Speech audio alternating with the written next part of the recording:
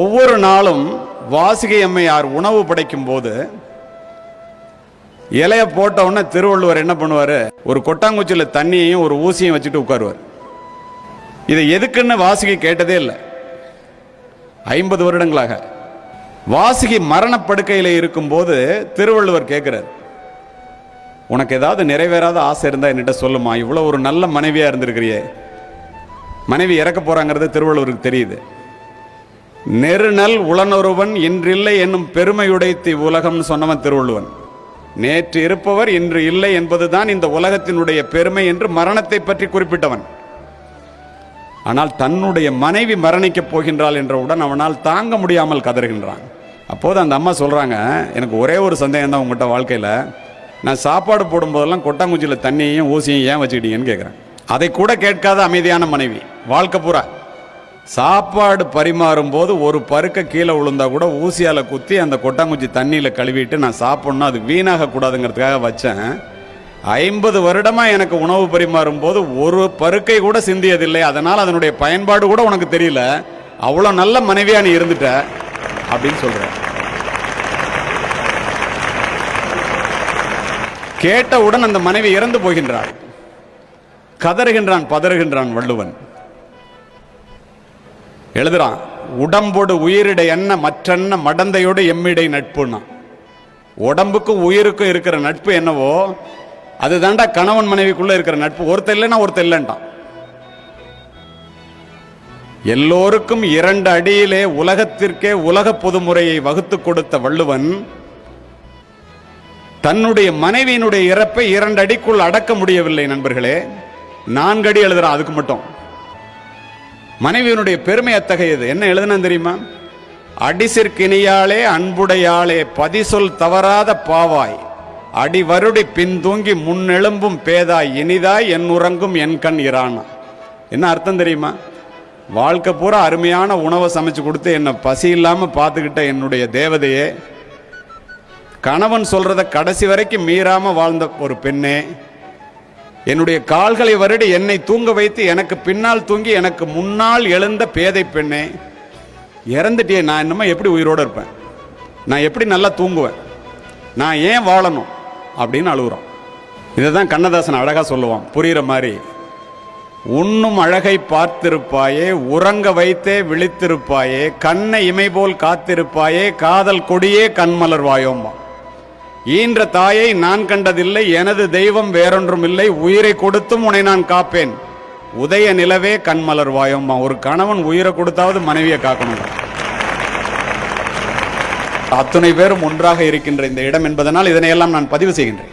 தலைவன் தலைவி காலத்திலிருந்து இன்றைய வரைக்கும் கணவன் மனைவி உறவு அப்படிங்கிறத அருமையா ஒரு பாட்டு உண்டு குறுந்தொகையிலே. யாயும் ஞாயும் யாராகியரோ எந்தையும் நுந்தையும் எம்முறை கேளிர், ஞானும் நீயும் எவ்வளி அரிதும் செம்புல பெயர் நீர் போல அன்புடை நெஞ்சம் தாம் கலந்தனவே. 1000 வருஷத்துக்கு முன்னாடி சொல்லியிருக்கான். உங்க அம்மாவும் எங்க அம்மாவும் சொந்தக்காரங்க இல்ல, உங்க அப்பாவையும் எங்க அப்பாவைக்கும் சில குடும்பத்தில் கல்யாணம் ஆகிறதுக்கு முன்னாடி தெரியவே தெரியாது. நீனும் நானும் ஏற்கனவே பார்த்துக்கிட்டவங்க இல்ல. ஒரே ராத்திரியில ஒரே நேரத்தில் உன்னை கொண்டு வந்து என்கிட்ட மனைவியாவும் என்னை கொண்டு வந்து உன்ட்ட கணவனாவும் ஒப்படைச்சிட்டாங்க. அது எப்படிப்பட்ட உறவுன்னா, செம்மண் நிலத்துல மழை பெஞ்சா தண்ணி சிகப்பா ஓடும், அந்த தண்ணியில இருந்து மண்ணையும் தண்ணி எப்படி பிரிக்க முடியாதோ அதுதாண்டா கணவன் மனைவி உறவு. அடி தாங்கும் அளவு இன்றி அனல் அன்ன வெம்மையால் கடியவே கணங்குழாய் ஆங்கோர் காட்டுள் துடி அடி கலக்கிய சின்னீரை பிடி ஊட்டி பின் உண்ணும் களிரும்பான். களித்தொகையில கோடை வெயில்ல ஒரு காட்டுக்குள்ள ஒரு ஆண் யானையும் பெண் யானையும் ஓடிக்கிட்டே இருக்கு. கொஞ்சம் தண்ணி இருந்தால் தான் உயிர் வாழ முடியும், இல்லைன்னா செத்து போவோம். ஒரு குட்டையில கொஞ்சோண்டு தண்ணி இருக்கு. ஆண் யானையும் பெண் யானையும் உள்ள துதிக்க வைக்குது. தண்ணி குறையவே இல்லை. ஆண் யானை குடிக்கட்டும்னு பெண் யானையும், பெண் யானை குடிக்கட்டும்னு ஆண் யானையும் நிற்கிது. 2 பேரும் ஒருத்தர் மேல வச்சிருக்கிற ஒருத்தர் அன்பை பார்த்து கண்ணில் தண்ணி கொட்டுது. அதற்கு பிறகு கூட பெண் யானைக்கு ஊட்டி விட்டுத்தான் ஆண் யானை தண்ணீரை குடித்தது. பிடி ஊட்டி பின் உண்ணும் களிர். பிடி என்றால் பெண் யானை, களிர் என்றால் ஆண் யானை. எவ்வளவு அழகா சொல்லியிருக்கான் பாருங்களேன். இப்ப எல்லாரும் இவ்வளவு நல்லா உட்கார்ந்துருக்கிறீங்களே, இப்படி பிள்ளைகளை பெற்று இப்படி வளர்க்குறீங்களே, அதுக்கெல்லாம் அப்பா காசு சம்பாதிக்கிறதுனால அப்பா மட்டும்தான் காரணம்னு நம்ம நினைச்சிட்டு இருப்போம். நான் இல்லைன்னா அந்த குடும்பம் என்ன ஆகும்னு நினைப்போம். தவறு. பக்கத்தில் உட்கார்ந்துருக்கிறவங்க இல்லைன்னா தான் அந்த குடும்பம் என்ன ஆகும்னு நீங்கள் நினைக்கணும். ஏன் தெரியுமா? உங்களுக்குலாம் என்ன பெருமை தெரியுமா? எதில் நீங்கள் நிற்கிறீங்க தெரியுமா?